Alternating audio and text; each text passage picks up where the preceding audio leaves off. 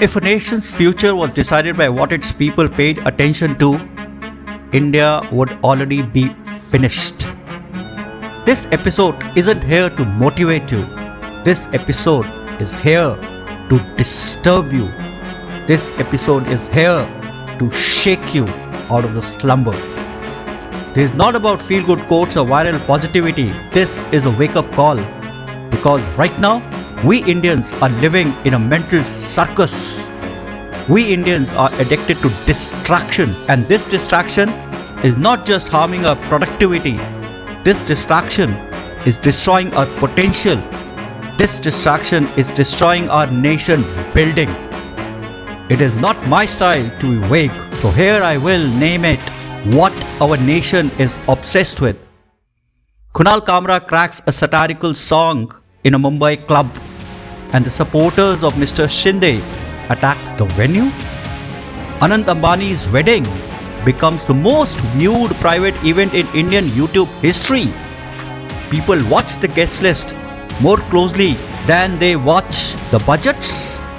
Alia Bhatt doesn't post for 3 days, and social media starts speculative videos titled, "Is Alia depressed?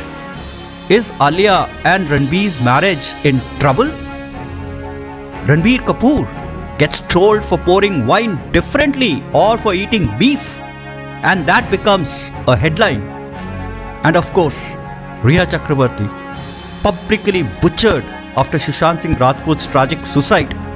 Trial by media, zero evidence, full-blown entertainment, debate after debate on national media because it gets consumers and viewers like you.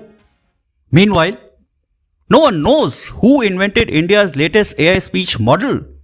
No one is discussing India's startup founder solving groundwater depletion. No one talks about a teacher in Jharkhand who's running a school under a tree with better results than private ones. We don't lack intelligence. We just don't care to look for it. We just don't have enough time to apply it. We know more about who Kiara Advani hugged than who filed India's latest patent.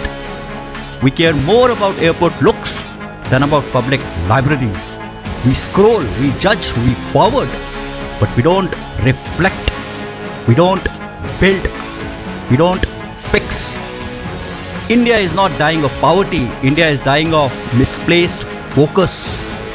Every time you check on another gossip video, you vote against your own nation's progress. And then you chant about Atmanirbhar Bharat, Vishwaguru Bharat. That is cognitive dissonance of we, the Indians. Let me take you to a country that didn't just suffer tragedy. It lived through complete annihilation. I'm talking of Japan, the year 1945. 6th of August, Hiroshima. At 8:15 a.m., the US dropped the atomic bomb, Little Boy. 70,000 lives erased in seconds. The entire city vaporized. And by the year's end, 140,000 dead. Entire families gone. Schools, homes, hospitals flattened. And then comes 9th of August, Nagasaki. Another bomb, Fat Man. 40,000 died instantly. And by December, another 30,000 followed. Combined, 210,000 civilian deaths.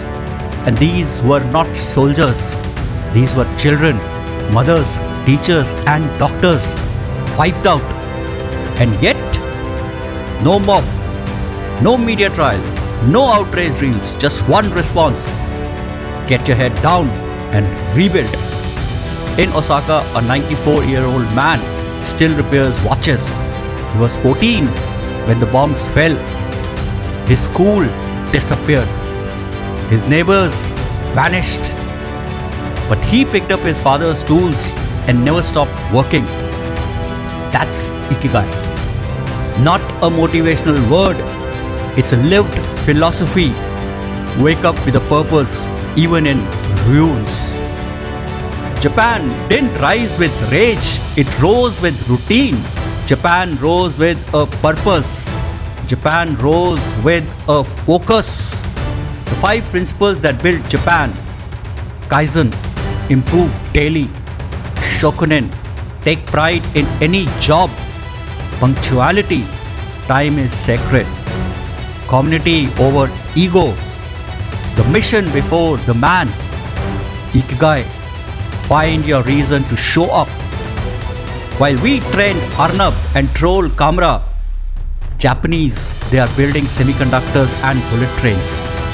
They don't scream nationalism, they embody nation building. So here's the mirror. Are we serious about progress? Do we actually want to lead the world?